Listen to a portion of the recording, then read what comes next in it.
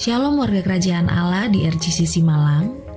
Kami sangat mengapresiasi dan berterima kasih kepada warga kerajaan Allah di RGCC yang sangat antusias untuk hadir beribadah bersama kami. Kami bersyukur Tuhan mempercayakan warga kerajaan Allah yang sudah hadir baik di ibadah raya maupun roki atau gereja anak. Dalam kesempatan ini, kami menghimbau kepada setiap warga kerajaan untuk bisa datang 30 menit sebelum ibadah dimulai, supaya mendapatkan posisi tempat duduk yang terbaik dan demi kenyamanan bersama dengan tidak mengganggu jalannya ibadah. Terima kasih, Tuhan Yesus memberkati.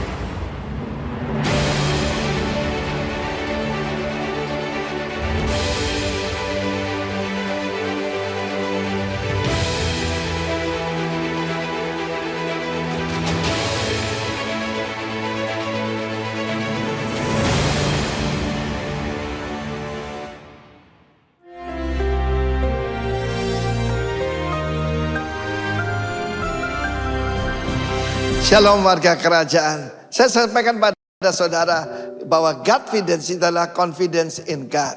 Tetapi juga saudaraku, no confidence in the flesh. Jadi tidak mengandalkan kemampuan apapun secara lahiriah. Kita melihat contoh yang jelas dalam kehidupan Rasul Paulus. Dalam Filipi pasal 3 dia peringatkan bahwa harus berhati-hati kepada apa? Anjing-anjing, pekerja jahat, penyunat-penyunat palsu. Sebab pada saat itu ada banyak orang mengatakan untuk mengikut Kristus harus jadi seperti Yahudi, harus disunat. Sunat itu baik saja buat kesehatan, tetapi tidak ada hubungan dengan keselamatan. Kesehatan bukan keselamatan.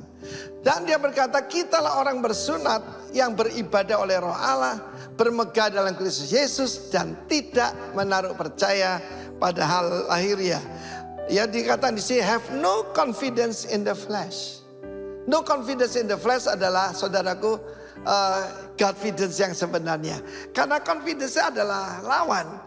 Confidence itu percaya diri, pede memang.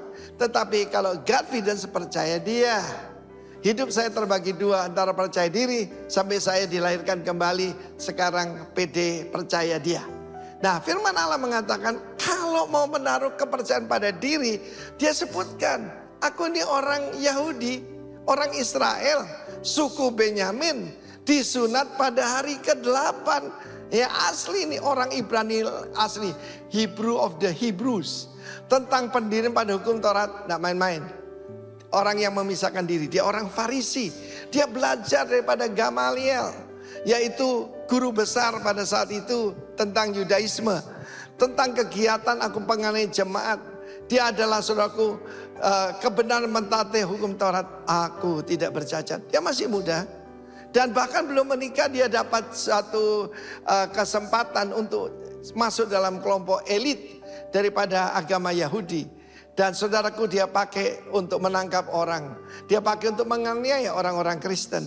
Tetapi dia berkata, apa yang dahulu ku anggap keuntungan yang membuat dia confidence, sekarang ku anggap rugi karena Kristus. Segala sesuatu ku anggap rugi karena pengenalan Kristus Yesus Tuhanku lebih mulia dari semuanya. Dan dibuang, tidak dianggap sampah. Contoh yang lain, Paulusnya Asia, John Sung.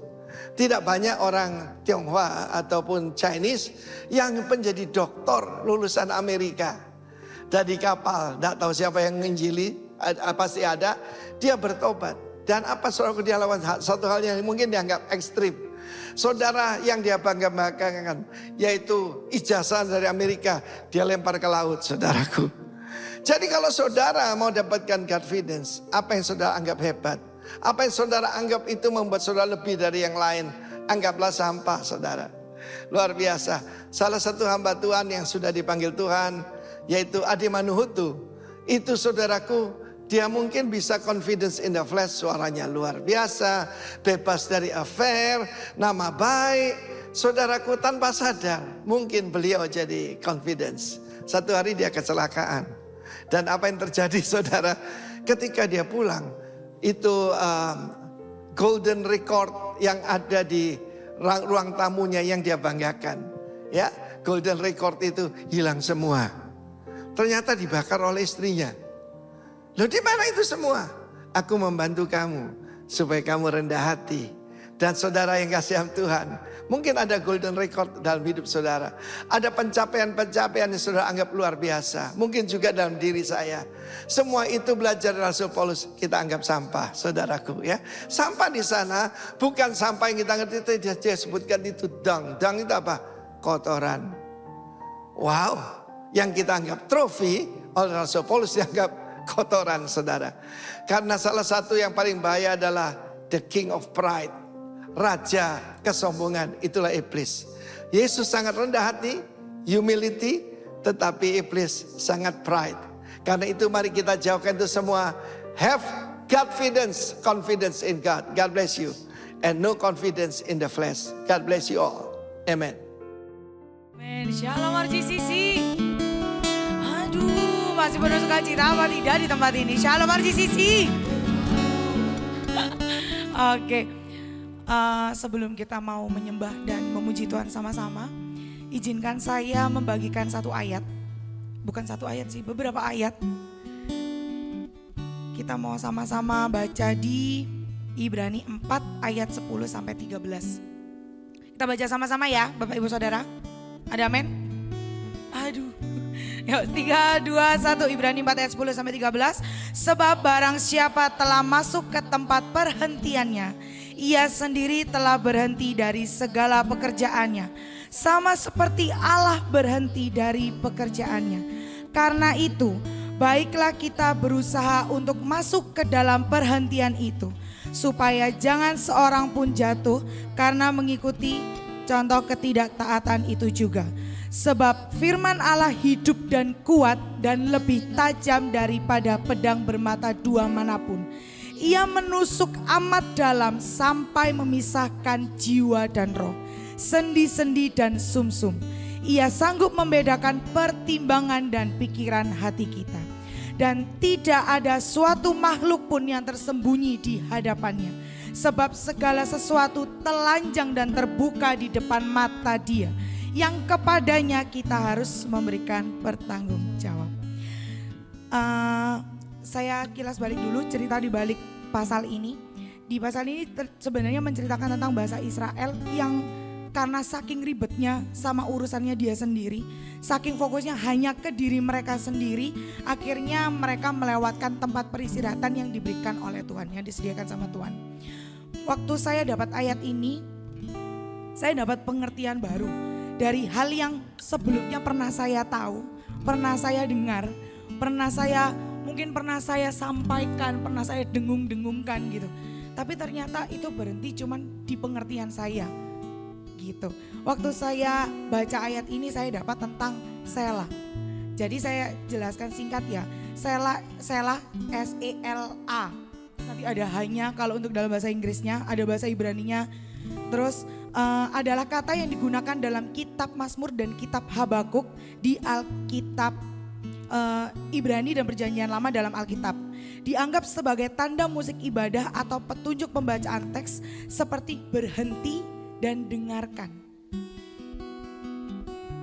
Selah juga dipakai untuk mengindikasikan jeda antara bagian-bagian Mazmur. Di Amplified Bible menyatakan Selah sebagai pause and think of that, istirahat dan renungkan. Pengertian yang saya terima sebelumnya, pengertian saya sebelumnya adalah saya perlu beristirahat di saat saya burn out. Di saat saya harus kenapa-napa dulu, baru saya ambil jeda. Kayak kita pelayan Tuhan, saya percaya di tempat ini semua melayani Tuhan dengan segala macam bentuk caranya gitu kan. Aku gak melayani dulu deh, karena aku capek. Pengalaman saya pribadi, saya Koluki adalah koordinator RPC gitu kan. Terus saya datang pada Koluki, saya bilang, Koluki saya mau istirahat dulu ya, saya burn out. Saya kenapa-napa nih, saya perlu istirahat dulu. Supaya istirahat yang saya ambil itu adalah momentum untuk saya healing diri saya sendiri gitu kan. Tapi Tuhan kasih saya pengertian baru Bapak Ibu Saudara, bahwa Selah itu gak perlu loh menunggu kita ini kenapa-napa dulu. Karena pada dasarnya setiap hari kita akan kenapa-napa Bapak Ibu Saudara. Kita gak akan bisa menyelamatkan diri kita sendiri karena pada basicnya kita itu adalah manusia yang berdosa. Kita butuh kasih karunia. Kita butuh Tuhan Yesus yang menyelamatkan setiap kita ya kan. Jadi gak perlu menunggu. Saya belajar kayak iya juga ya. Saya gak perlu loh menunggu saya kenapa-napa dulu. Saya gak perlu loh nunggu saya harus tergeletak dulu baru saya tuh ambil rest.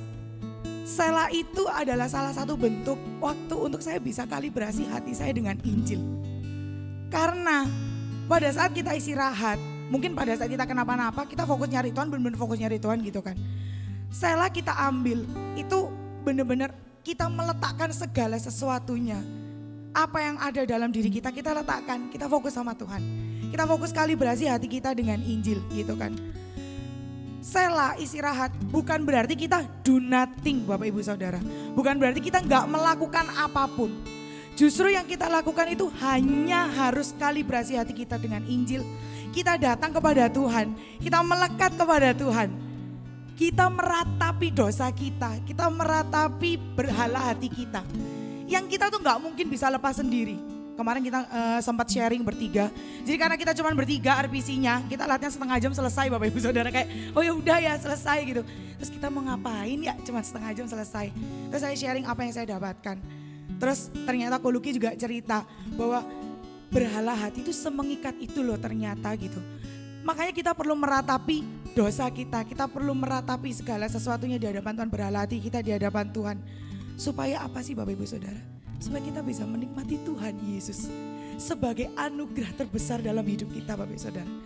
Di ayat 9 Yosua bilang, jadi mas karena bangsa Israel melewatkan perhentian yang sudah disediakan Tuhan tadi. Di ayat 9 Yosua bilang, jadi masih ada satu tempat perhentiannya nanti. Selah terbesar dalam hidup kita yang kita nantikan nanti adalah pada saat kita berhenti di waktunya Tuhan nanti. Gak ada lagi dosa, gak ada lagi apapun yang bisa membelenggu kita selain kemerdekaan kita atas dosa karena Tuhan Yesus. Amin Bapak Ibu Saudara. Jadi saya mau ajak Bapak Ibu Saudara untuk selah. Kita menikmati Tuhan Yesus. Kita meratapi setiap dosa kita. Kita meratapi setiap berhala hati kita. Kita hanya bisa menikmati Tuhan Yesus, sang anugerah terbesar dalam hidup kita. Amin. Saya undang Bapak Ibu Saudara untuk bangkit berdiri, kita sama-sama puji dan menyembah Tuhan. Terima kasih Tuhan Yesus. Terima kasih buat kasih karunia-Mu yang teramat besar dalam setiap kami Tuhan. Kami mengucap syukur karena Engkau besar dalam setiap kami Tuhan. Terima kasih Tuhan Yesus. Kami mau menikmati Engkau. Kami mau meletakkan setiap urusan kami Tuhan. Kami mau meletakkan setiap keribetan kami Tuhan. Kami hanya mau menikmati Engkau saat ini Tuhan. Oh terima kasih Tuhan. Terima kasih Tuhan. Mulutku bersuka, hatiku mengucap syukur karena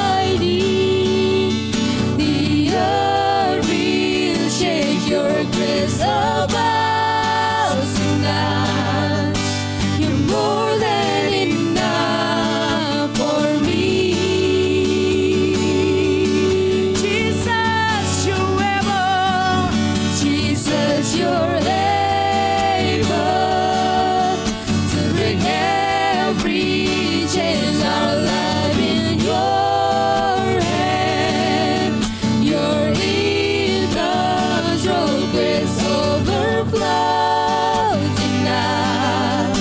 You're more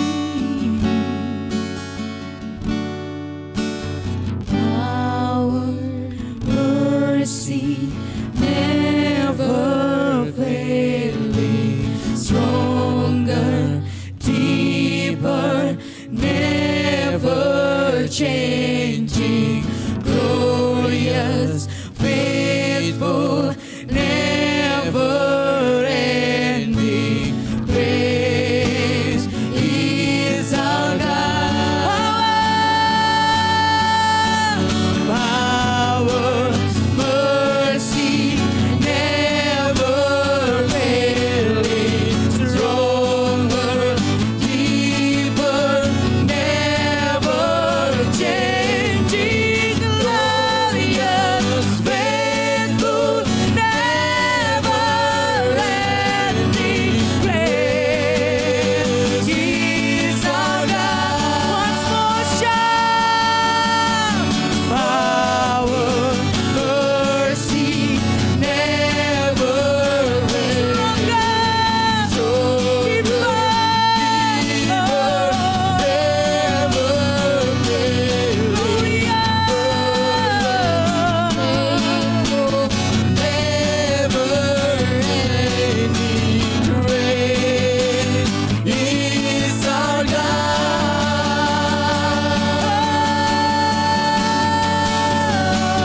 your love is powerful. Knees shall bow, your love is mighty. The earth will shake, your grace abounds in us. You're more than enough for me.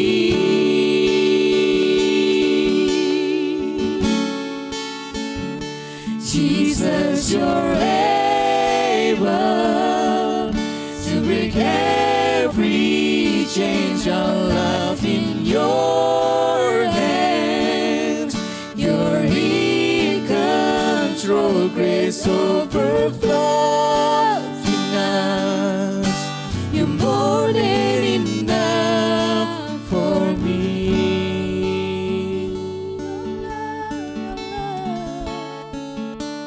Your love is powerful.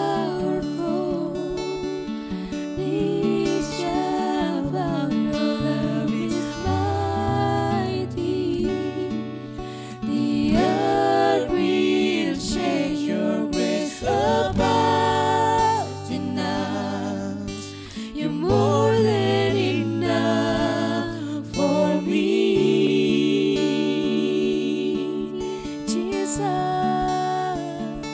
Jesus, you're able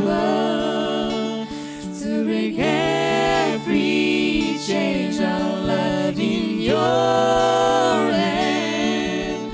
You're in control. Grace overflow in us. You're more than enough for me.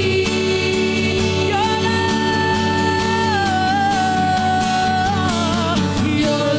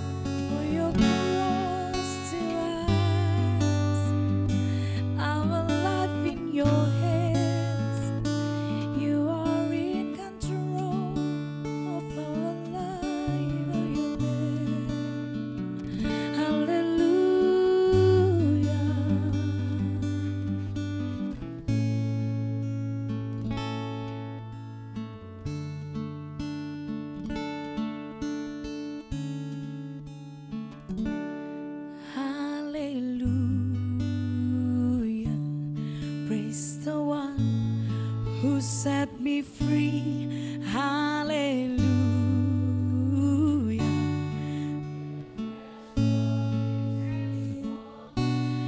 You have broken every chain.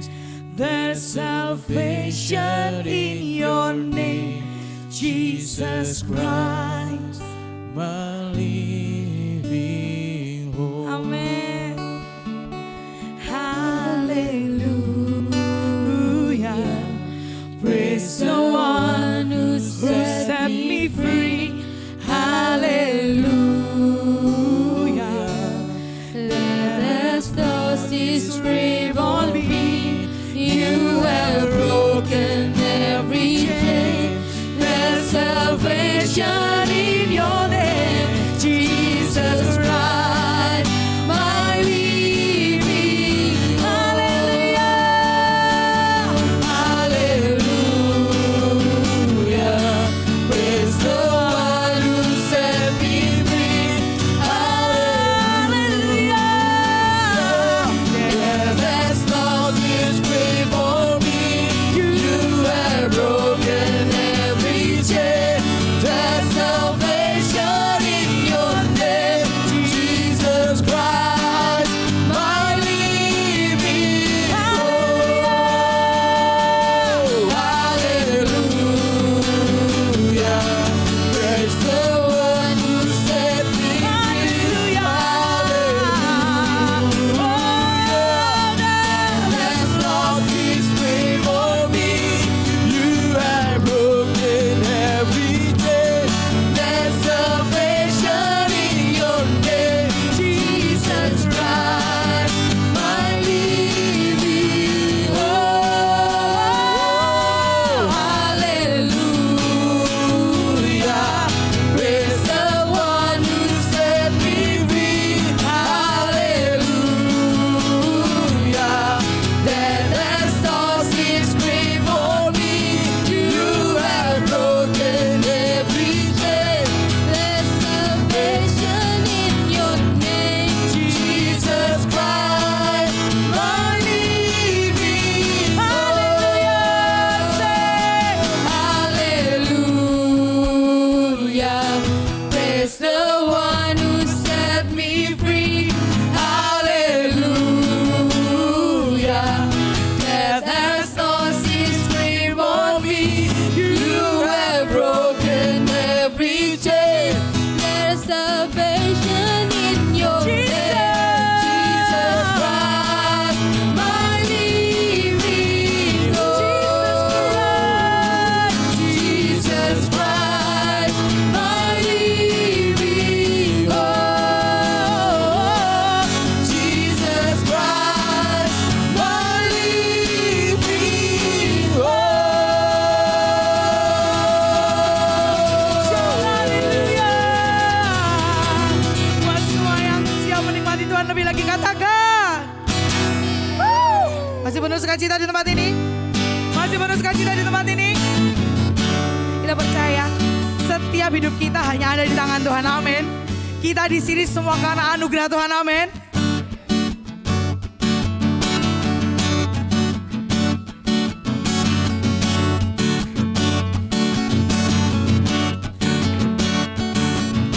Jika hari ini adalah lembaran baru bagiku, oh, ku di sini karena Kau yang memilihku. Tak pernah ku ragu akan cinta-Mu. Oh, inilah diriku dengan melodi untukmu. Dan bila aku berdiri, oh, tegak sampai hari ini, ku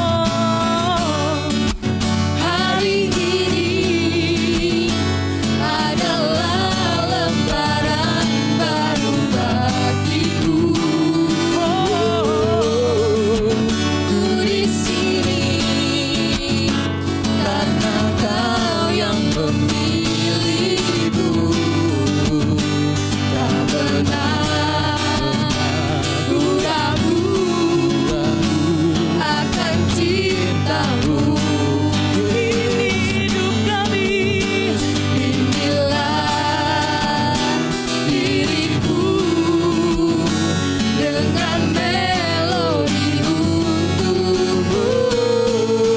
Dan bila aku berdiri tegak sampai hari ini, bukan karena kuat dan hebatku,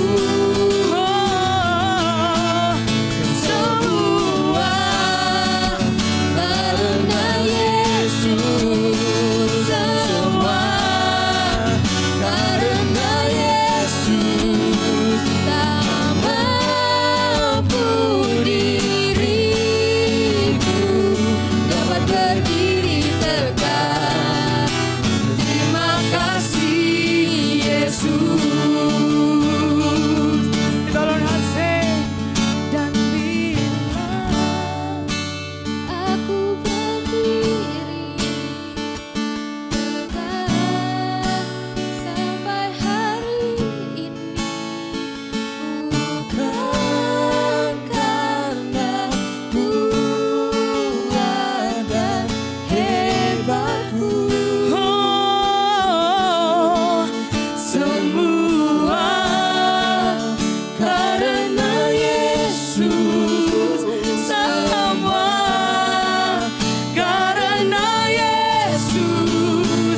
Tak mampu diriku dapat berdiri tegak. Terima kasih Yesus. Dan bila aku berdiri tegak sampai hari ini, bukan karena kuat dan hebatku,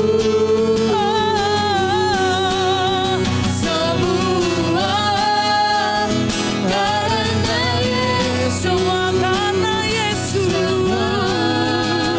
karena Yesus. Tak mampu diriku dapat berdiri tegak. Terima kasih Yesus.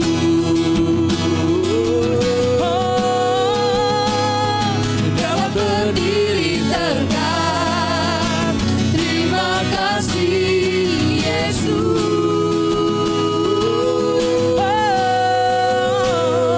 Dapat berdiri tegak. Say. Terima kasih Yesus. Thank you Lord. Terima kasih Tuhan Yesus. Kita percaya bahwa Allah adalah sumber kekuatan dalam hidup kita, amin. Kita mau sama-sama mengucapkan, kita mau sama-sama diklaim bahwa Tuhan adalah sumber dalam kekuatan hidup kita, amin.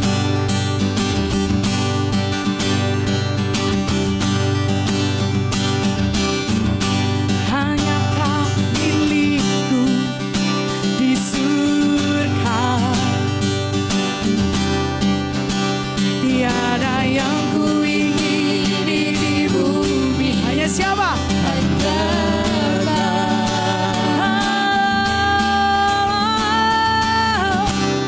tak ku andalkan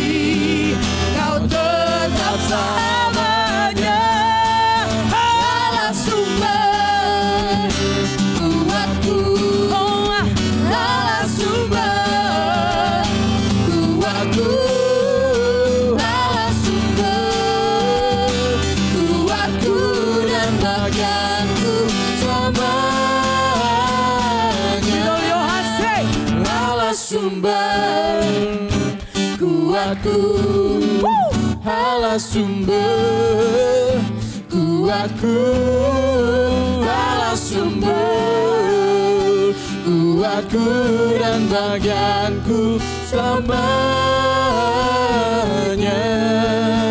Allah sumber kuatku, Allah sumber kuatku, Allah sumber kuatku dan bagianku selamanya. Selamanya, selamanya,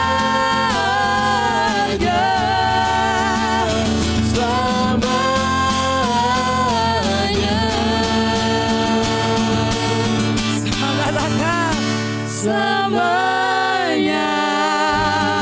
beri kemuliaan untuk Tuhan Yesus. Kita mau sama-sama blessing Rocky. Mari adik-adik Rocky, come.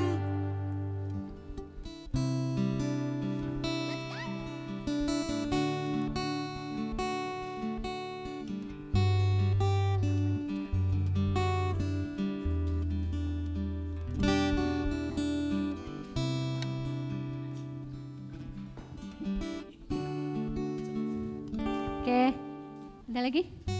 Ini anak-anak Rocky ya, ini anak Rocky juga. Ini gurunya katanya.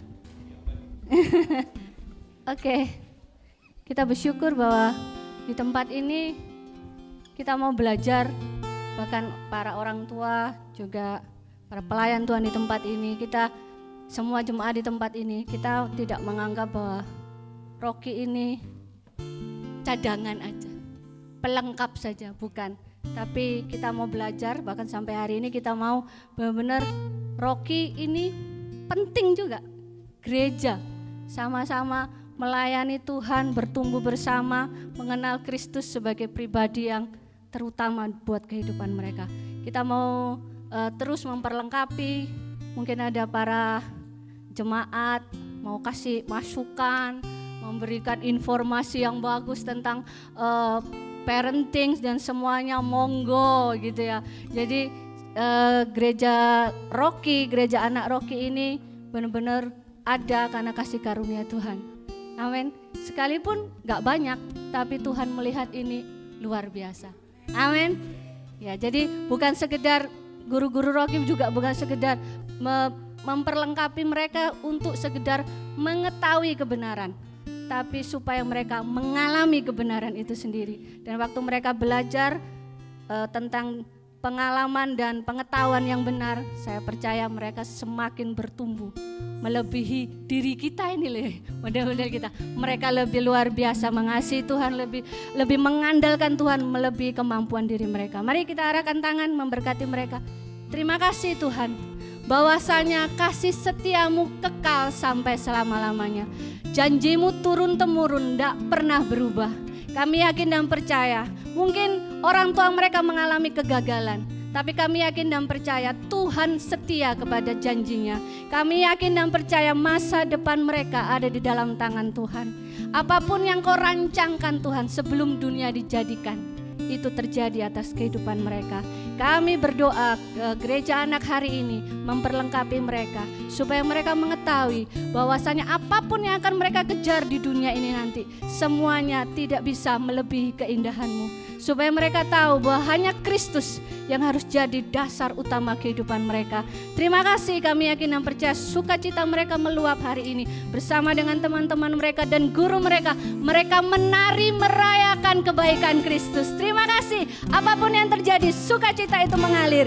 Dalam nama Yesus yang hebat dan perkasa, sama-sama katakan amin.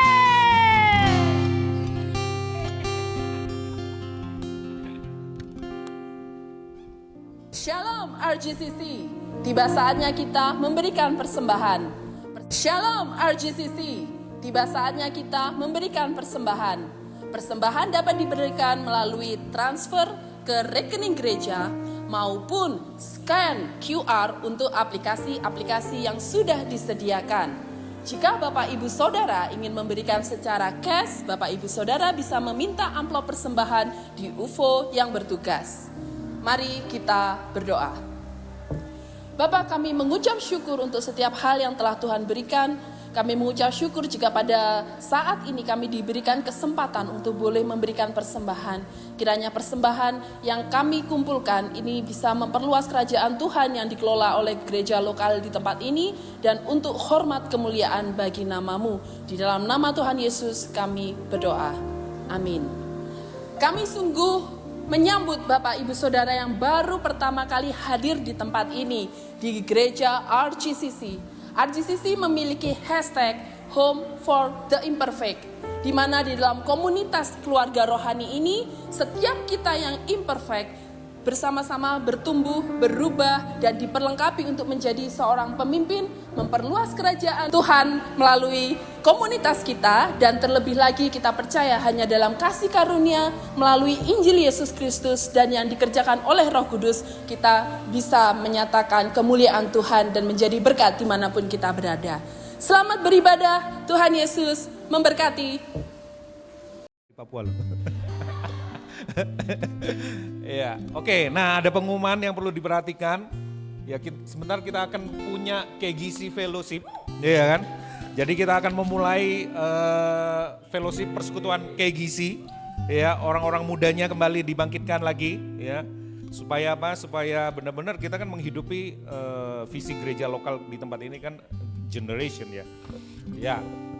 Itu akan diadakan Sabtu 29 Juni, ya, pukul 6 di Lora Cafe, itu di Jalan Simpang Wilis, ya, untuk siswa SMA sampai mahasiswa, SMA dan mahasiswa. Oke, silakan bergabung bersama-sama, kasih tahu teman-temannya yang nggak hadir hari ini, juga gembala-gembala KC yang ada orang-orang mudanya bisa diingatkan kembali. Kita akan kumpul bersama di situ dan kita akan membahas bagaimana nanti kita bergerak bersama-sama, ya persekutuan dulu lah ya. Saling mengenal satu dengan yang lain, terus baru kita mau masuk bergerak kembali ke sekolah-sekolah di kampus-kampus dan sebagainya yang seperti Tuhan percayakan kepada kita. Oke? Jadi umumkan, sampaikan kepada jemaat-jemaat yang ada di Komsel juga. Boleh ngajak temen dah ya, kita dulu aja deh, kita dulu aja. Tapi kalau ada yang maksa ikut, ajak aku, ya ikutlah. Nggak mungkin diusir ya, ajak aku juga pengen, ya. Tapi untuk kita dulu, kita akan ngobrol-ngobrol bersama di Lora Cafe. Dicatat tanggalnya tanggal 29 Juni, nanti kita akan ingatkan kembali, oke? Tuhan Yesus memberkati. Amin. Kita mau sama-sama mendengarkan firman Tuhan. Lagi-lagi saya mau ajak Bapak Ibu Saudara untuk merenungkan ayat di Habakuk 3 ayat 17 sampai 19. Oke. Sekalipun pohon ara tidak berbunga, pohon anggur tidak berbuah, hasil pohon zaitun mengecewakan, sekalipun ladang-ladang tidak menghasilkan bahan makanan, kambing domba terhalau dari kurungan, dan tidak ada lembu sapi dalam kandang. Namun aku akan bersorak-sorak di dalam Tuhan, beria-ria di dalam Allah yang menyelamatkan aku. Allah Tuhanku itu kekuatanku. Ia membuat kakiku seperti kaki rusa. Ia membiarkan aku berjejak di bukit-bukitku. Oke. Setelah ini kita akan pujikan satu lagu. Pujian ini memberkati saya. Saya dapat lagu ini dan diteguhkan oleh ayat ini. Ayat ini ngingetin saya, waktu itu flashback nih. Saya lagi komsel sama teman-teman Ziklat. Jadi kita lagi ngobrol, kita bingung kan, kita mau komsel ngomong apa gitu kan. Malah kita komselnya di kayak Pujasera di depan Museum Brawijaya ngemper, saudara-saudara. Jadi kayak kita mau ngomong apa, kita mau pujian penyembahan, masa iya teriak-teriak di depan Museum Brawijaya, ya kan gak mungkin gitu kan. Terus akhirnya kita belajar tentang apa sih yang membuat kita berharga di dunia ini gitu. Nah ternyata setelah kita sharing, kebanyakan dari kita yang membuat kita berharga itu adalah waktu berhala hati kita diberi makan. Jadi ada yang penerimaan, ada yang lain sebagainya, kayak oh aku berharga kalau aku diterima. Oh aku berharga kalau ternyata aku berdaya guna. Oh ternyata aku berharga kalau bla bla bla bla bla gitu kan. Itulah pentingnya kita kalibrasi hati dengan Injil Bapak Ibu Saudara. Di lagu ini itu ngajarin saya ya, ngingetin saya tentang saya harus punya dasar yang benar dalam hidup saya. Siapa sih yang saya pandang?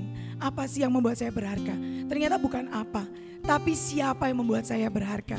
Itu cuman Tuhan Yesus aja.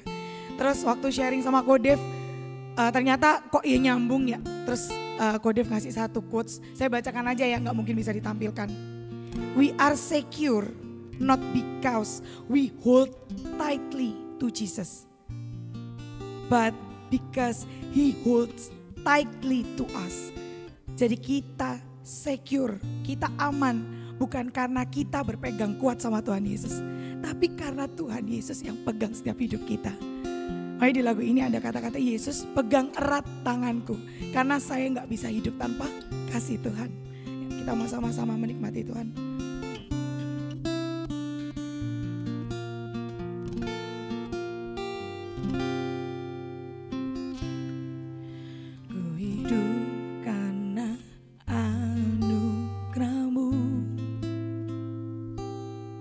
Tiada satu pun dapat ku banggakan, semua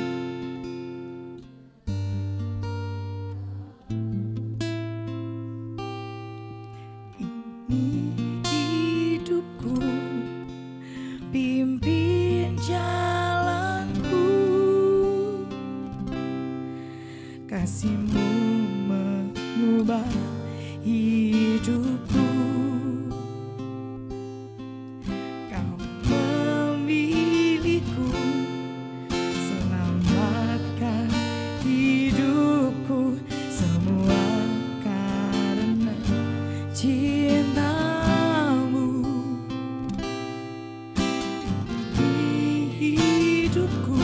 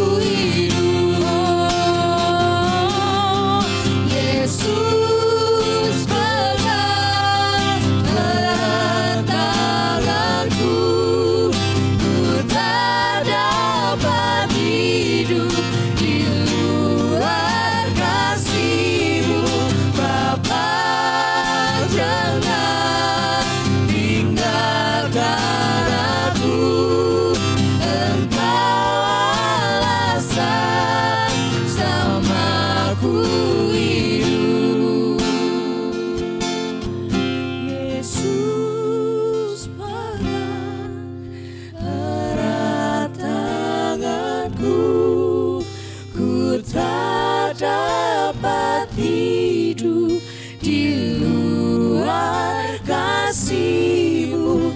Bapa, jangan tinggalkan aku, Engkau alasan selamaku hidup. Yesus, Pegang erat tanganku, ku tak dapat hidup di luar kasih-Mu. Bapa, jangan tinggalkan aku, Engkau alasan selamaku hidup. Oh, Yesus, pegang erat tanganku, ku tak dapat hidup di luar kasih-Mu. Bapa, jangan tinggalkan aku, Engkau alasan selamaku hidup. Oh, Yesus, pegang erat tanganku, ku tak dapat hidup di luar kasih-Mu. Bapa, jangan tinggalkan aku, Engkau alasan selamaku hidup. Yesus, pegang erat tanganku, ku tak dapat hidup di luar kasih-Mu. Bapa, jangan tinggalkan aku, Engkau alasan selamaku hidup. Engkau alasan selamaku hidup. Engkau alasan selamaku hidup. hanya Kau Tuhan, alasanku hidup. Karena Kau pegang hidupku dalam tangan-Mu. Biar kami Tuhan, semakin hari kami boleh semakin menyadari Tuhan, betapa natur dosa dan perbuatan dosa yang kami kerjakan, kami lakukan, baik sadar maupun tidak sadar, menjauhkan kami daripada Engkau. Kami gak pernah sanggup Tuhan untuk kami menyelamatkan diri kami sendiri. Kami gak pernah sanggup Tuhan untuk kami lari kepada Engkau. Kami gak pernah sanggup Tuhan untuk kami berpegang erat kepadamu Tuhan. Biar Tuhan kami boleh menyadari itu Tuhan, mengkalibrasi hati setiap kami Tuhan, bahwa tanpa Engkau kami nothing Tuhan. Seberapa berhasil dalam hidup kami Tuhan, semuanya sia-sia tanpa Engkau Tuhan. Tapi hari ini kami mengucap syukur, karena kami boleh mendengar kabar baik itu. Yesus mati bangkit untuk kami. Bukan untuk membuat hidup kami berhasil, bukan untuk membuat hidup kami jauh lebih baik, tapi membuat kami yang mati bangkit kembali Tuhan. Kami boleh bersekutu di dalam Engkau. Kami boleh mengenal Kristus. Kalau hari ini pun Tuhan, kami boleh percaya kepadamu, itu pun kasih karunia yang luar biasa Tuhan. Karena Engkau sudah memilih kami gak bisa memilih Engkau Tuhan. Terima kasih Tuhan, Kau sudah memulai dahulu semuanya Tuhan. Terima kasih apa yang sudah Tuhan kerjakan, karya salib-Mu yang luar biasa itu Tuhan. Biar Tuhan semua menyadarkan kami Tuhan, bahwa begitu berharganya Engkau dalam hidup kami Tuhan. Terima kasih Yesus, biar firman-Mu hari ini Tuhan boleh mengingatkan kami kembali Tuhan, bahwa kami manusia yang lemah, kami tanpa Engkau, kami gak berdaya Tuhan. Tapi puji nama Tuhan, bersama-Mu Tuhan, kami boleh dibangkitkan kembali, hidup kami menjadi berharga. Oleh karena itu kami sambut firman-Mu Tuhan, dengan ucapan syukur yang luar biasa Tuhan, dengan sorak-sorai yang luar biasa. Oleh karena kebaikan Tuhan, biarlah hati kami bersukacita menikmati firman-Mu. Roh Kudus menuntun kami, menolong kami, dan biarlah Tuhan firman-Mu Tuhan hidup melalui kami Tuhan. Di dalam nama Yesus, buat setiap kita yang siap mendengar firman, mari sama-sama katakan amin. Shalom Bapak Ibu, saudara sekalian. Terima kasih tim RPC ya. Tim PW sudah luar biasa, kita bersama-sama memuji menyembah Tuhan. Hari ini saya membawakan masih dalam tema rock kita di bulan ini, Confidence in Influence. Saya kasih judul kekuatan atau kelemahan, ada tanda tanyanya. Berarti saya bertanya saudara-saudara itu ya. Kemarin menyambung dari Pastor Lani, kita mendengar firman Tuhan kecukupan Kristus ya. Kita cukup di dalam Kristus, tidak ada yang lain. Selalu keinginan kita punya keinginan terus, tapi kalau kita cukup puas di dalam Kristus, kita menikmati Kristus, semakin tidak puas katanya, semakin ingin terus ya kan. Hari ini saya akan meneruskan ya, kekuatan atau kelemahan. Saya mulai dengan 2 pertanyaan. Yang pertama, dengarkan baik-baik. Ini nggak ada hadiahnya ya, jadi santai aja. Biasanya kalau ada hadiahnya nggak kepilih, tegang kan, aduh aku nggak diterima gitu, berhalanya keluar lagi saudara-saudara. Saya mulai dengan pertanyaan yang pertama. Kalau saudara dipilih hari ini misalnya menjadi pemimpin di satu perusahaan, atau contohnya lah hotel tempat ini ya, tempat ibadah kita, pemimpin hotel gitu ya, atau pemilik hotel.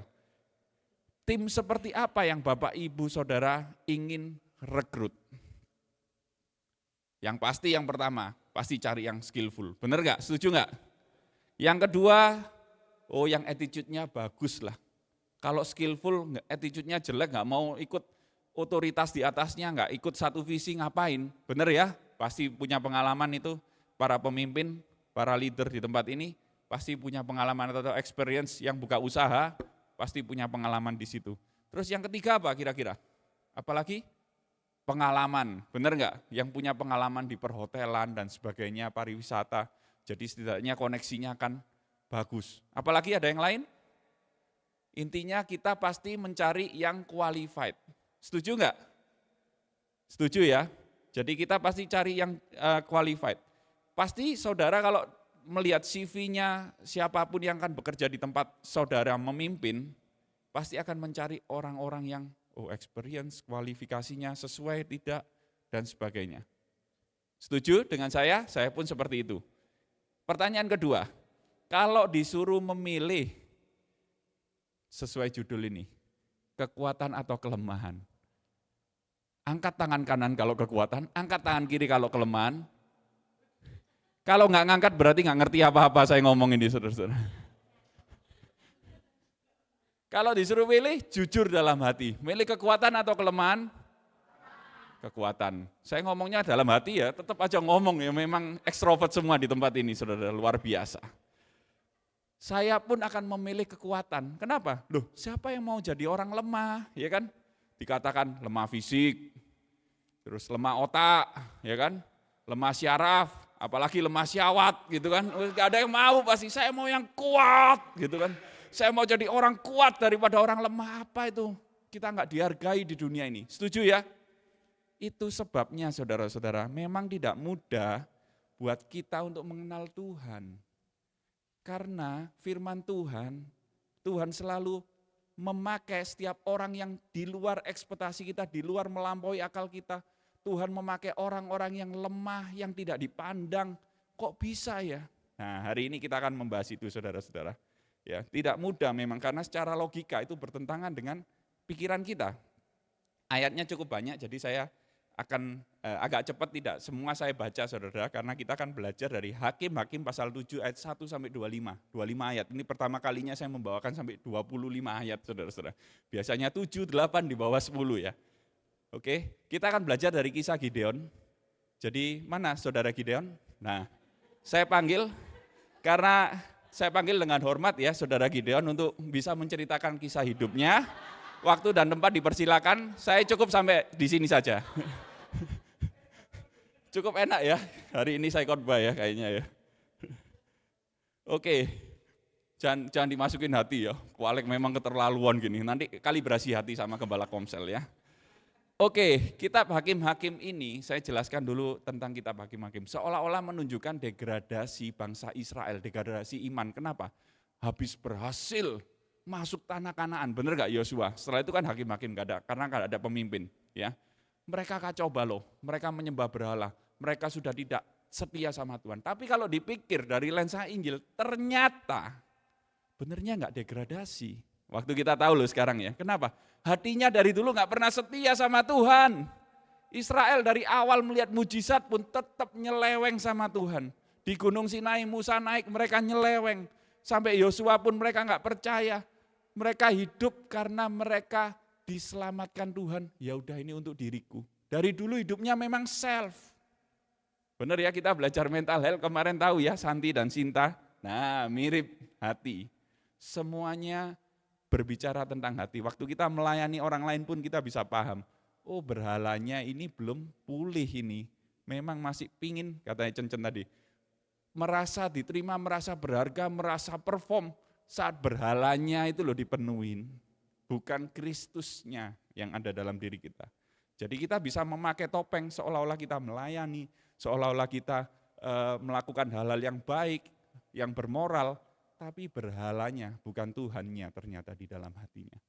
Nah inilah pentingnya kita belajar melalui lensa Injil, kita bisa tajam melihat seperti pedang menusuk hati, ya kan, katanya Timothy Keller ya, khotbah yang bukan khotbah yang memukul keras, tapi menusuk ke dalam hati. Dan itulah Injil, saudara-saudara.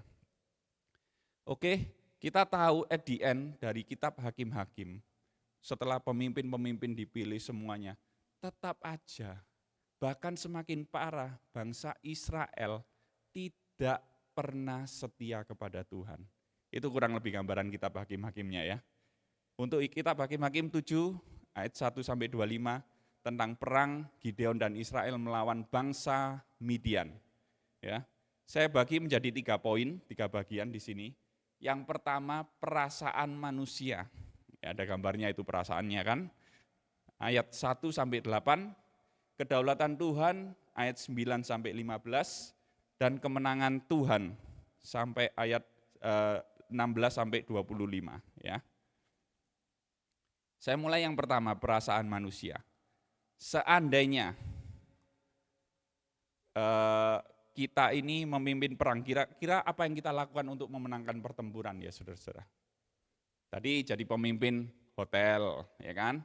Kekuatan ingin. Kalau kita dipilih menjadi pemimpin perang, apa yang mau kita lakukan? Kita ingin pasukan yang kuat, ya kan? Nggak ada yang mau yang lemah kan? Apalagi lemah otak, lemah fisik tadi, ya kan?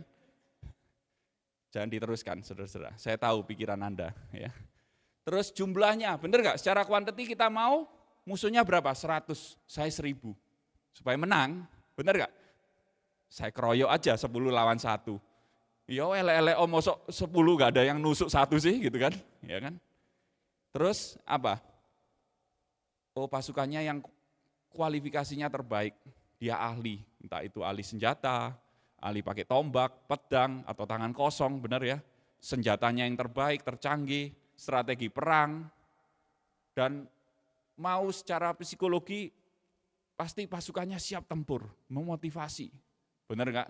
Kita sekarang tahu kalau timnas Indonesia mau bertanding, manggil psikolog, mereka dimotivasi, memastikan jiwanya sehat-sehat, baik-baik, untuk siap tempur. Ya, kurang lebih seperti itu kan. Tapi di ayat 1 sampai 8, di sini ya, saya bacakan, adapun Yerubbaal itulah Gideon. Ya, Gideon benar ya, Yerubbaal ya. Bangun pagi-pagi dengan segala rakyat yang bersama-sama dengan dia lalu berkemah dekat mata air Harod. Perkemahan orang Midian itu ada di sebelah utaranya dekat Bukit More di lembah. Berfirmanlah Tuhan kepada Gideon, terlalu banyak rakyat yang bersama-sama dengan engkau itu daripada yang ku kehendaki untuk menyerahkan orang Midian ke dalam tangan mereka. Jangan-jangan orang Israel memegah-megahkan diri terhadap aku sambil berkata, tanganku sendirilah yang menyelamatkan aku.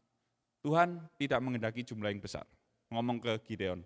Maka sekarang ayat 3, serukanlah kepada rakyat itu demikian. Siapa yang takut dan gentar, biarlah ia pulang dari pegunungan Gilead, lalu pulanglah 22.000 orang dari rakyat itu dan tinggallah 10.000 orang. Berarti total berapa? 22.000 tambah 10.000 sama dengan lemah lembut sekali ya.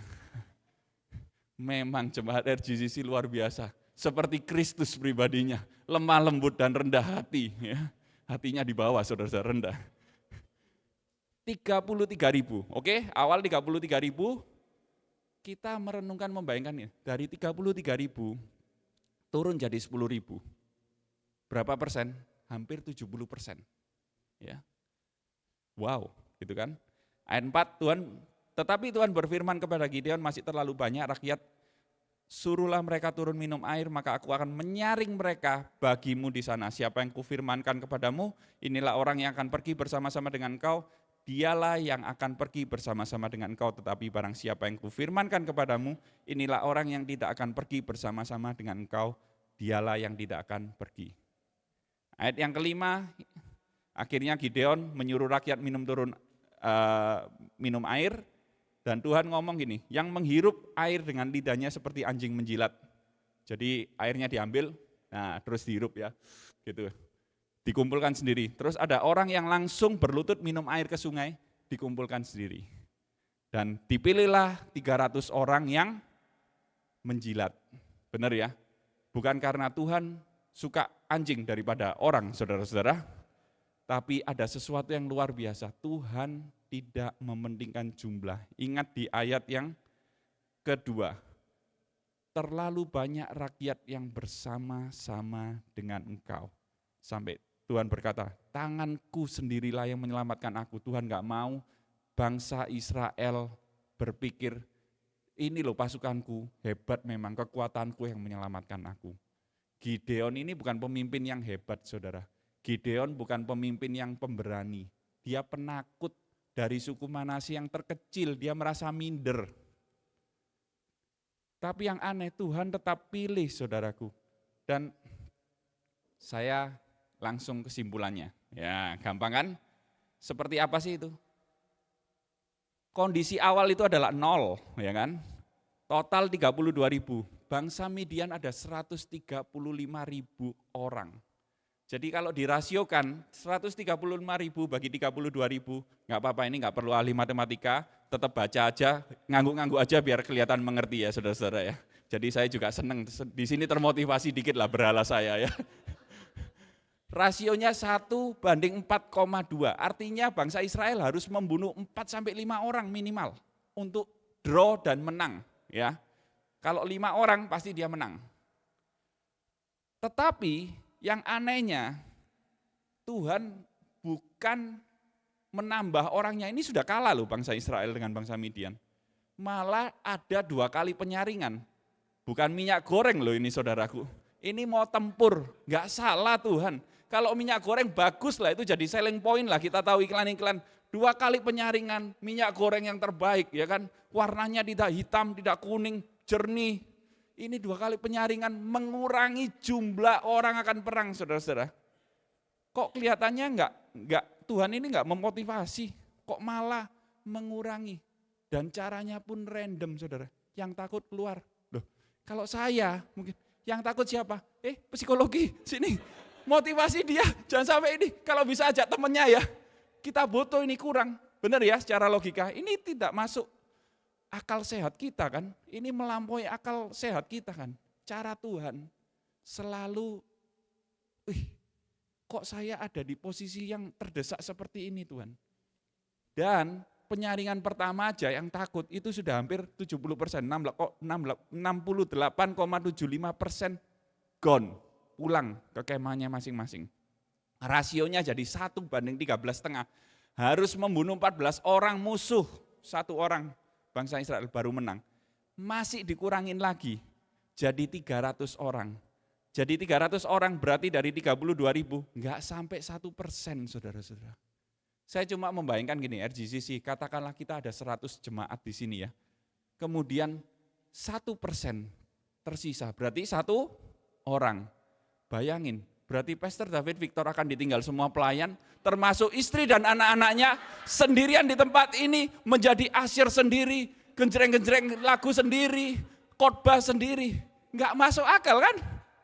Bagaimana itu bisa terjadi? 1% kurang dan rasionya bangsa Israel harus 1 orang membunuh 450 orang hanya untuk draw atau imbang, belum menang.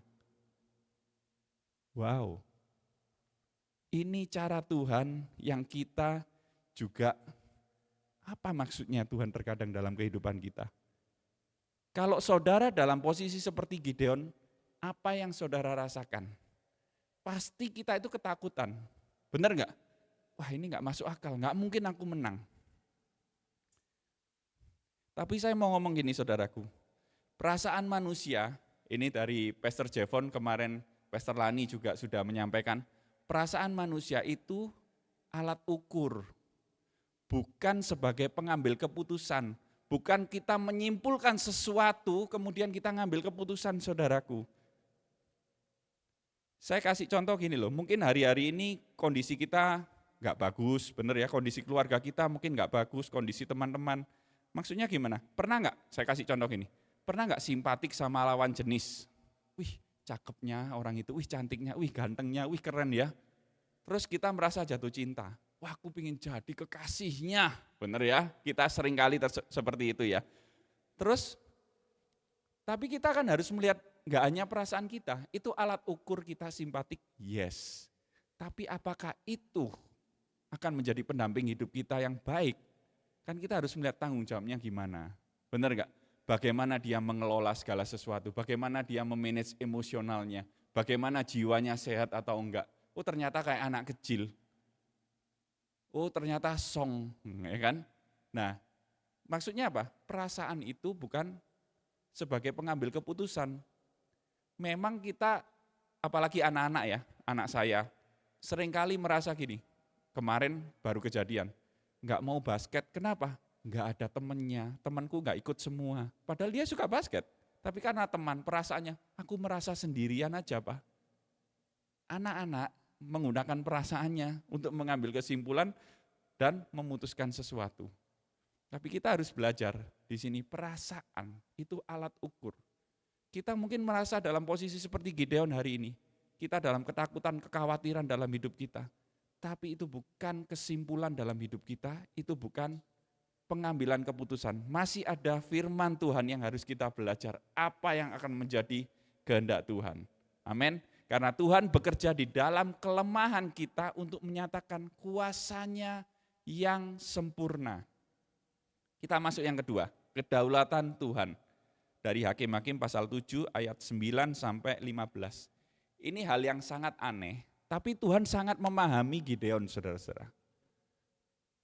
Tuhan tahu perasaan Gideon yang takut di ayat 10. Tetapi jika engkau takut untuk turun menyerbu, turunlah bersama pura bujangmu ke perkemahan itu. Tuhan sangat memahami perasaan kita, baik kita takut, khawatir dan sebagainya.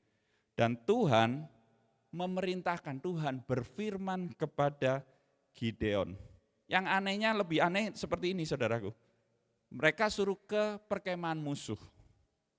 Belum perang suruh ke perkemahan musuh dan di situ dikatakan ayat 12, adapun orang Midian dan orang Amalek dan semua orang dari sebelah timur itu bergelimpangan di lembah itu seperti belalang banyaknya dan unta mereka tidak terhitung seperti pasir di tepi laut banyaknya. Hanya Gideon dan bujangnya Pura, 2 orang, bukan Pura tempat ibadah ya, ini nama orang saudaraku. Lebih aneh lagi ayat 13. Ketika Gideon sampai ke situ, kebetulan ada seorang menceritakan mimpinya kepada temannya. Ini musuh ngomong-ngomong, musuhnya orang Midian ini ngomong-ngomong. Gideon ada di situ kok pas gitu ya. Dan menceritakan mimpinya, aku bermimpi, tampak sekeping roti jelai terguling masuk ke perkemahan orang Midian. Setelah sampai ke kemah ini, dilanggarnyalah kemah ini sehingga roboh dan dibongkar bangkirkannya, demikianlah kemah ini habis runtuh. Ada roti gelondong masuk itu loh saudara, ke perkemahan. Katanya itu akan, temannya yang ayat 14 ini bisa jawab gini, ini tidak lain adalah pedang Gideon bin Yoas. Orang Israel itu, Allah telah menyerahkan orang Midian dan seluruh perkemahan ini ke dalam tangannya. Siapa yang bisa mengatur ini saudaraku? Hal yang nggak masuk akal kan? Suruh datang ke perkemahan musuh berdua, kok ya pas bisa mendengar waktu ngomongin mimpi, dan temennya ini loh bisa ngomongin ini musuh kita itu loh, bangsa Israel yang akan menghancurkan kita. Loh ini orang yang cerita dirinya mau dihancurkan sama musuhnya gitu loh. Wow, inilah kedaulatan Tuhan. Segera sesudah Gideon mendengar mimpi itu diceritakan, dengan maknanya sujudlah ia menyembah. Dia semakin percaya kalau Tuhan akan menyerahkan bangsa Midian ke dalam tangan Israel. Disitulah kedaulatan Tuhan saudaraku.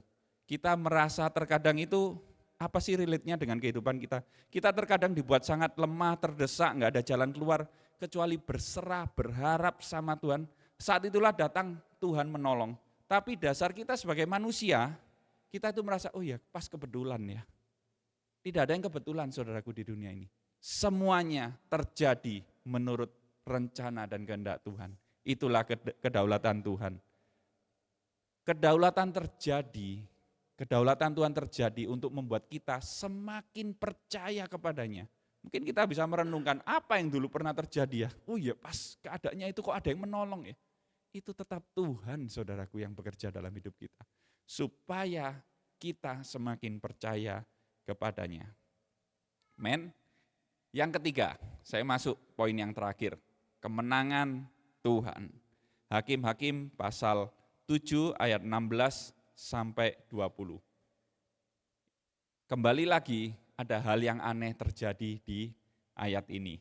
Ya, Gibeon balik ke perkemahannya orang Israel. Dan di situ ada 300 kan pasukannya sudah diseleksi tadi dengan 2 kali penyaringan. Ya kan? Terus Gideon ngomong, ayo kita berperang. Gitu. Kemudian pasukannya, oke kita siap. Padahal mungkin kalau kita, coba Gideon sudah semangat kan ini, tapi 300 pasukannya kira-kira semangat enggak?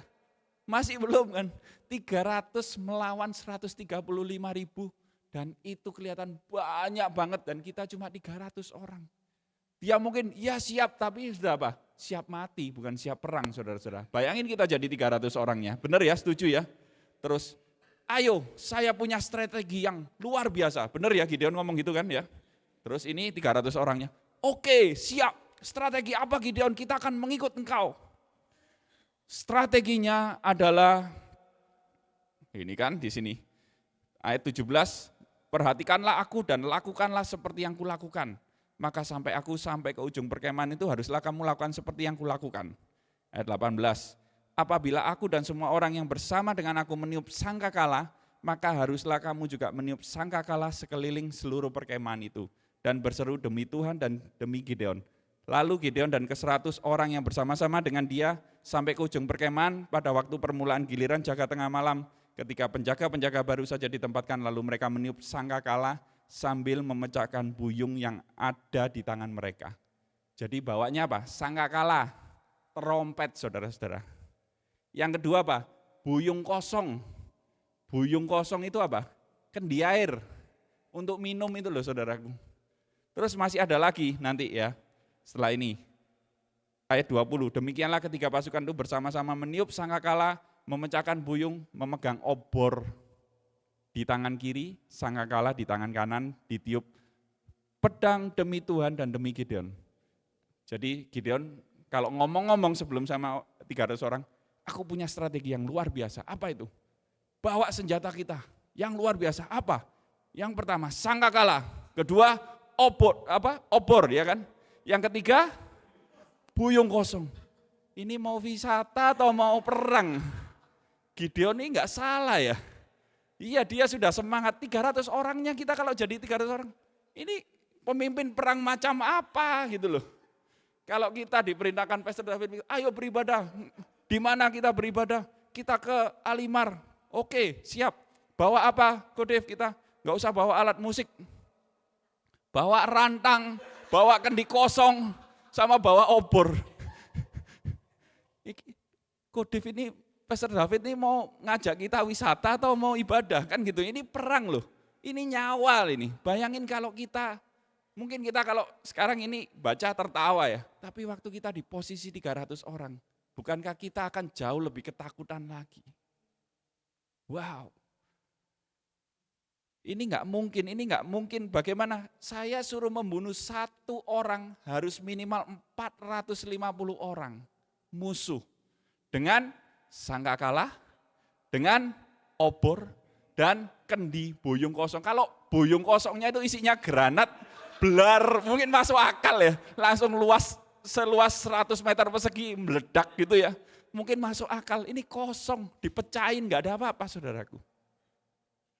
Terus mungkin mereka, apa yang Gideon mau gitu loh. Ini mau ke medan perang atau mau ke tempat lain sih? Mau siara atau apa lebih cocok mungkin ya. Mau perang macam apa gitu kan. Namun saudaraku, apa yang terjadi, inilah ayat 21 sampai 25. Hal yang sungguh luar biasa melampaui akal sehat manusia, karena di ayat 21 dikatakan, sementara itu tinggallah mereka berdiri masing-masing di tempatnya, sekeliling perkemahan itu, tetapi seluruh tentara musuh menjadi kacau balau, berteriak-teriak dan melarikan diri. Sangkakala ditiup, ya kan benar ya tadi ya, ayat 20. Sangkakala di tangan kanannya ditiup, terus berteriak, tentara musuh kacau balau, tentara Israel tidak berperang. Ayat 22, sedang ke-300 orang itu meniup sangkakala, maka di perkemahan itu Tuhan membuat pedang yang seorang diarahkan kepada yang lain. Lalu larilah tentara itu. Waktu meniup sangkakala. Kemudian bangsa Israel mengejar. Dan singkat cerita, ayat 25 mereka berhasil menawan 2 raja Midian, yaitu Oreb dan Seb. Bukan Sib gini ya, Seeb. Oreb dibunuh di gunung batu Oreb dan Seb dibunuh dalam tempat pemerasan anggur. Seeb atau Seb ini ya? Yang pasti bukan Seb ini ya. Mereka mengejar orang Midian itu, lalu mereka membawa kepala Oreb dan kepala Seeb ya, kepada Gideon di seberang sungai Yordan. Udah, lupakan Seeb atau Seb atau Sib atau apapun ya. Tapi kita tahu saudara-saudara, Gideon dan bangsa Israel 300 orang, mereka membawa hal yang itu bukan alat perang. Itu menunjukkan bahwa kuasa Allah bekerja dalam kelemahan mereka. Hal yang tidak mungkin hari ini, apa yang kita alami, apa yang kita mungkin membuat itu penderitaan dalam hidup kita, kelemahan kita. Justru disitulah Tuhan memakai kelemahan kita. Saat kita mengikuti firman Tuhan, saat kita melakukan firman-Nya, ada hal-hal yang luar biasa terjadi dalam hidup Gideon. Wow. Dan kita harus menyadari saudaraku, karena kemenangan dalam hidup kita sesungguhnya terjadi karena ada kemenangan Tuhan. Itu karena perbuatan ajaib Tuhan. Bukan karena kehebatan kita, saudara-saudara. Kita jujur saja, termasuk saya sendiri ya, lebih sering, lebih ingin, lebih mudah kita itu membanggakan diri kita. Kita seolah-olah bersaksi tentang kebaikan Tuhan. Tapi justru kehebatan, kekuatan kita yang kita ceritakan kepada orang lain. Jadi ini bisa mengkalibrasi hati kita. Justru karena kemenangan Tuhan, kita itu jadi kelihatan hebat, saudara-saudara. bukan kehebatan kita. Kita terlihat hebat karena ada kemenangan Tuhan di balik itu. Cerita kepahlawanan Gideon ini mengingatkan kita pada satu kisah kemenangan pertempuran lain yang luar biasa, yang sangat indah, yaitu apa? Injil. Ada satu pribadi yang sangat berkuasa, dia punya kekuatan yang tidak bisa dilawan oleh siapapun di muka bumi ini. Tidak ada satupun yang seharusnya bisa menandingi dia. Dia tidak punya kelemahan apapun sama sekali, karena dia adalah Tuhan dan Raja kita, Tuhan Yesus Kristus. Tapi ada bedanya di sini, saudara-saudara. Yesus memenangkan pertempuran bukan dengan kekuatan Allah seperti Gideon. Yesus malah memakai kelemahan manusia untuk memenangkan pertempuran melawan dosa yang gara-garanya kita yang melakukan dosa itu. Dia memakai tubuh manusia yang lemah dan menanggung hukuman dosa kita semua. Bukan hanya supaya kita terbebas dari hukuman itu, namun supaya kemenangan dia di kayu salib juga menjadi kemenangan kita semua selama-lamanya. Sehingga kita yang mati karena dosa, hari ini kita bisa hidup karena kemenangan Yesus di kayu salib. Amin. Itulah the beautiful gospel story. Yesus Kristus sungguh indah dan mempesona hati kita. Kita bisa melihat itu. Kita berlatih ya saudara-saudara. Terkadang belum cukup karena kita belum fasih ya. Ini kemarin juga dari Pastor Jevon, dari Koko Jevon ya. Saya mempelajari bola-balik, lihat-lihat, merenungkan ya. Ini kita bisa sharing, kita belajar bareng. Supaya oh ini relate ya dengan hidup kita. Terkadang kita juga apa sih Injil? Kok gitu aja selesai ya? Aku enggak dapat apa-apa sih. Ya, kita belajar. Di sini ada my story nomor 1, grief, brokenness itu adalah meratapi dosaan kita, kebobrokan kita. Gospel story ada di tengah-tengahnya dan identify idols nomor 3. My gospel story atau kalibrasi hati yang kita biasanya ngomong sama ya, my gospel story atau kalibrasi hati sampai menusuk hati kita, intinya seperti itu di nomor 4. Kalau 1 ke 4 langsung dari my story langsung ke my gospel story, nggak connect kan, makanya nggak relate. Nah itu kita yang biasanya ngomong, wih nggak relate sih, aku bingung sih, apa sih Injil? Nah itu soalnya 1 ke 4. Ya, 1, 2, 4, jadi dari storyku, aku ini misalnya saya kasih contoh, Andi, nggak ada yang namanya Andi ya. Kalau Gideon kan ada ya, biarpun menang nanti nggak, aku kok disebut-sebut sih kok gitu ya. Andi, tidak ada yang namanya Andi saya pastikan, kalau ada boleh keluar, supaya tidak ada, karena saya tidak tahu, enggak ya.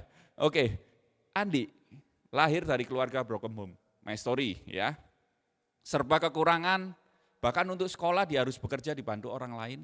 Dia nggak pernah pede, dia minder sekali dengan teman-temannya karena dia merasa nggak diterima, teman-temannya keluarganya normal. Kemudian dia merasa tertolak saat dia berkumpul bareng teman-temannya. Dia merasa juga pakaiannya, kalau belanja-belanja dia nggak bisa sebagus teman-temannya semuanya. Dia punya masalah ekonomi, dia nggak punya sepeda motor, mobil seperti teman-temannya. Kalau keluar bareng dengan teman-temannya bisa beli sesuatu, dia nggak punya duit. Jadi kira-kira apa berhalanya Andi? Nah ini di-identify. Kalau kita 1, 2, 4, jadi dari my story, dari story-nya Andi tadi, kita ke teropatik, ke 1, 2, 4 ya, kita meratapi keberdosa. Aku memang berdosa, aku memang nggak layak, aku memang dari keluarga yang bukan baik-baik, broken home. Kondisi ekonomiku sudah jelek banget, aku malu tidak bisa diterima teman-temanku. Langsung melompat ke 4, tenang kamu diterima, kamu hebat, kamu luar biasa. Biasanya seperti itu ya, langsung seperti itu. Itu seperti teropatik, kita hanya di terapi aja saudara-saudara. Oh aku merasa hebat, tapi hatinya tetap. Ngerti gak? Butuh haus penerimaan. Hatinya berhalanya tetap butuh kenyamanan. Nanti ada yang memberi makan kenyamanan sama penerimaan, dia akan lari ke situ biarpun itu bukan dari Tuhan, saudara. Karena berhala hatinya. Bisa dipahami ya? 1, 3, 4 legalisme. Story-nya Andi tadi, langsung berarti dia identify berhala ya. Berhalanya berarti kenyamanan sama penerimaan. terus langsung ke gospel story. Oh aku harus bisa menerima karena Tuhan pun gak diterima. Oke, aku harus percaya kalau bisa. Begitu dia berhasil, satu kali berhasil, dia merasa apa? Aku bisa kan? Wah, aku bisa, dulu gak bisa. Ini semuanya itu harus dilatih, makanya saat teduh, makanya berdoa. Wah, waktu orang lain yang gak bisa, dia akan merasa memandang rendah yang lain, dia merasa sombong, legalisme saudaraku. Tapi kepastian Injil, dari My Story, kita akan bolak-balik terus meratapi keberdosaan kita, meratapi kebobrokan kita. Kita loh ya, bukan orang lain, suami istri, kita bisa berbicara. Sekarang saya kalau sama istri saya ngomong berhala, kita ngomongnya berhala, kita ngomongnya kalibrasi hati. Apa ya berhala hatiku? Oh iya, kita saling mengaku sudah saudaraku. Jadi gak usah ngomong, kamu gini, ya kamu sendiri gitu. Ya gini gitu memang suami istri, mau apa lagi, gini gitu terus tiap hari kan. Mau apa lagi kan kegiatannya. Tapi kita sekarang lebih apa? Kita saling mengaku sendiri, oh iya berhala hatiku gini. Injil itu akan mengobrak-abrik berhala hati kita saudara-saudara. Itu akan membantu kita dan kita mengakui ketidakberdayaan kita dan kita semakin bergantung kepada Yesus. Amin. Jadi grief brokenness-nya ya, mengakui kebobrokannya, meratapi. Saya memang miskin, keluarga saya hancur, menyedihkan. Saya ingin sekali punya keluarga yang utuh, hidup berkelimpahan memang gitu. Tapi memang inilah keadaanku, diakui memang harus diakui keadaannya. Kadang ada yang oh enggak apa-apa, terapi kan? Oh itu kok kamu masih bisa, kalau kamu pasti Tuhan baik dengan engkau. Nah itu berhalanya masih ada. Begitu itu dia akan ke gospel story. Ada satu pribadi juga loh, yang dia sangat sempurna, tapi dia milih menjadi tidak sempurna. Gara-gara engkau. Terus identify berhalanya. Oh berhalaku berarti kenyamanan penerimaan. Ada satu pribadi yang seharusnya diterima. Gak ada yang sanggup, semuanya membutuhkan dia karena dia Tuhan. Tapi dia tertolak karena kita. Ya kan?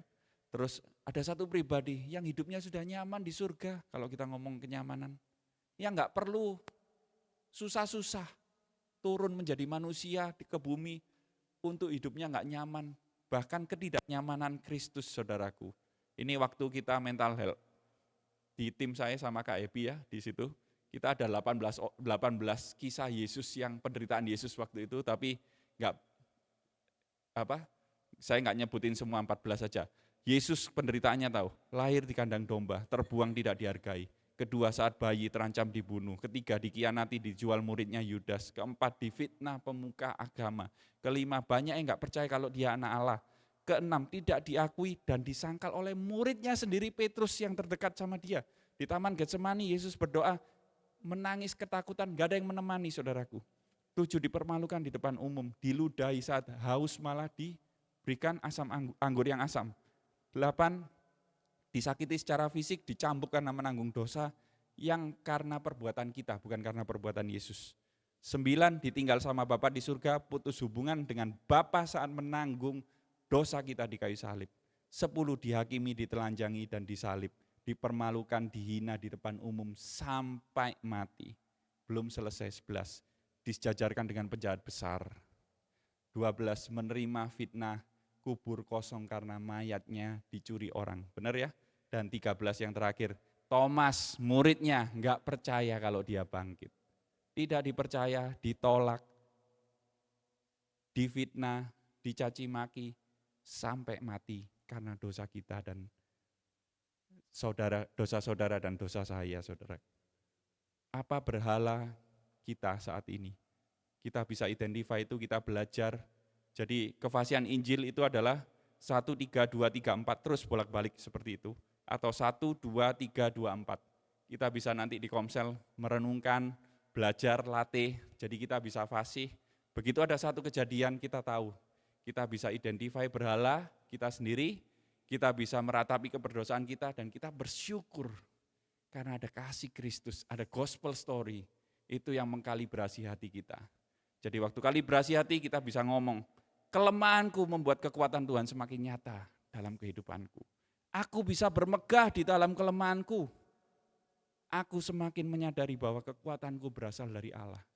Kalau kita ngomong kekuatan atau kelemahan Tuhan pakai, kekuatan pun Tuhan pakai sebenarnya saudara-saudara. Tapi memang kelemahan itu menjadi hal yang berbeda orang dunia memandang.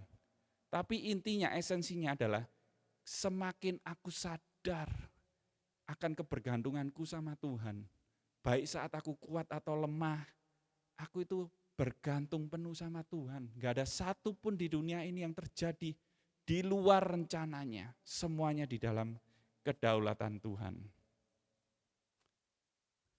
Terakhir, saya undang tim PW boleh naik ke atas sini.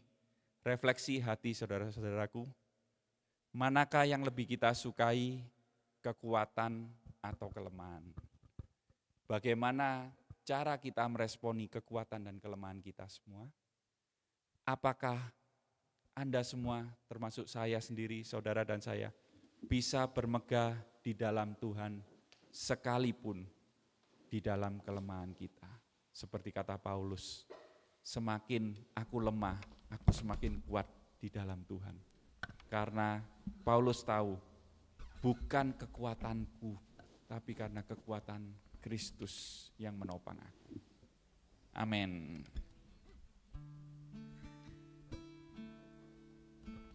Kita berdoa, Bapak Ibu. Tidak ada seorang pun yang sempurna, Tuhan. Kalau hari ini kami boleh mendengar firman-Mu, Tuhan. Tidak ada setiap kami yang bisa sempurna di hadapan-Mu. Kekuatan kami terbatas, kehebatan kami terbatas, skill kami terbatas. Bahkan kalau kami melihat setiap dosa kami, nature dosa kami gak mampu melawan Tuhan. Kami gak mampu menghentikannya, bahkan kami semakin terikat ke dalamnya Tuhan. Tapi kalau hari ini Tuhan, Engkau mengajarkan kami, dan kami tahu bukan hanya pengajaran Tuhan, tapi ada hati yang baru yang Tuhan berikan kepada setiap kami, mengubah nature dosa kami Tuhan, untuk kami boleh menjalani setiap firman-Mu, untuk kami boleh percaya kepada Engkau, untuk kami boleh kuat di dalam Engkau. Itu kasih karunia yang luar biasa Tuhan. Oleh karena itu Tuhan, kami mau katakan Tuhan, hidup kami milik-Mu. Biarlah hati kami semakin hari kami semakin rela dipimpin oleh Engkau. Hati kami semakin hari kami semakin bergantung kepada Engkau. Hati kami Tuhan, kami semakin hari semakin menginginkan Engkau Tuhan. Karena kami tahu sehebat apapun kami di dunia ini, nothing Tuhan. Kehidupan kami nothing kalau tidak bersama dengan Engkau. Karena tidak ada satupun yang sampai kepada Bapa tanpa melalui Yesus. Terima kasih Tuhan, Engkau lebih cukup dari apapun juga Tuhan. Biar ini terus menjadi perenungan kami di dalam hati pikiran kami, kehendak kami, perasaan kami. Terima kasih Yesus. Your love is powerful. We'll shout about your love is mighty. The earth will shake your grace above in us. You're more than enough for me.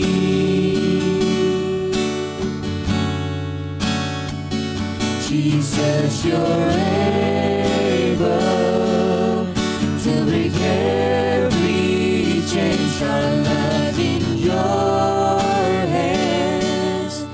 You're in control, grace over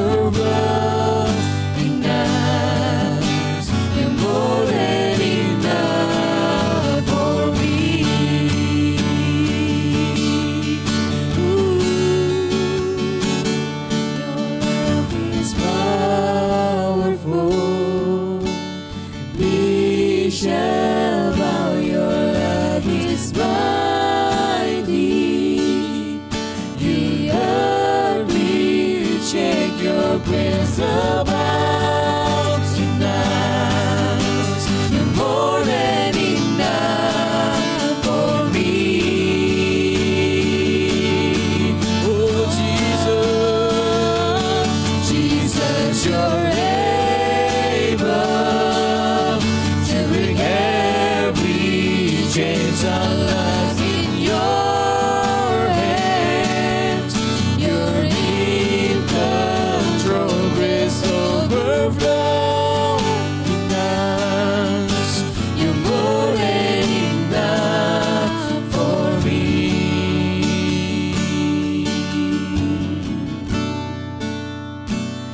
Your grace abounds in us.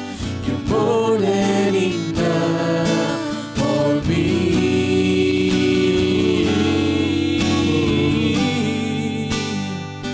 Your grace abounds in us. You're more than enough for me. Mari gereja Tuhan, kita merenungkan dan meresponi firman Tuhan. Biarlah firman-Nya, kuasa Roh Kudus-Nya memulihkan, mengubah hati kita. Kami berkata ya kepada firman-Mu Tuhan. Tidak ada kesuksesan, tidak ada kehebatan kami di luar kasih karunia-Mu. Dan tidak ada kegagalan, kejatuhan kami yang tidak sanggup dijangkau oleh kasih karunia-Mu. Semuanya bisa. Oleh karena itu kami menyadari bahwa kami imperfect, kami tidak sempurna. Oleh karena itu kami memandang Engkau yang sempurna, yang sudah menyelesaikannya. Biarlah itu yang mengubah hati kami Tuhan, dari dalam keluar. Kami tidak lagi merasa lebih baik dari yang lain, atau kami merasa lebih gagal dari yang lain. Ketika kami memandang salib-Mu, kebangkitan-Mu, kami melihat kami sempurna. Kami tidak perlu mencari kemuliaan di gereja Tuhan di tempat ini. Karena Kristus, karena Bapa melihat Kristus di dalam diri kami, maka kami selalu diterima. Selalu mendapat istirahat bagi jiwa kami. Kami tidak perlu mencari pengakuan di gereja lokal di mana Engkau percayakan kepada kami. Penerimaan, kendali, atau apapun juga. Karena Kristus sudah menyelesaikan semuanya bagi kami. Dan biarlah Tuhan sempurnakan jemaat-Mu, gereja-Mu ini. Terus bukan dengan kekuatan kami, tetapi dengan kekuatan Injil-Mu. Karena Injil adalah kekuatan Allah yang menyelamatkan.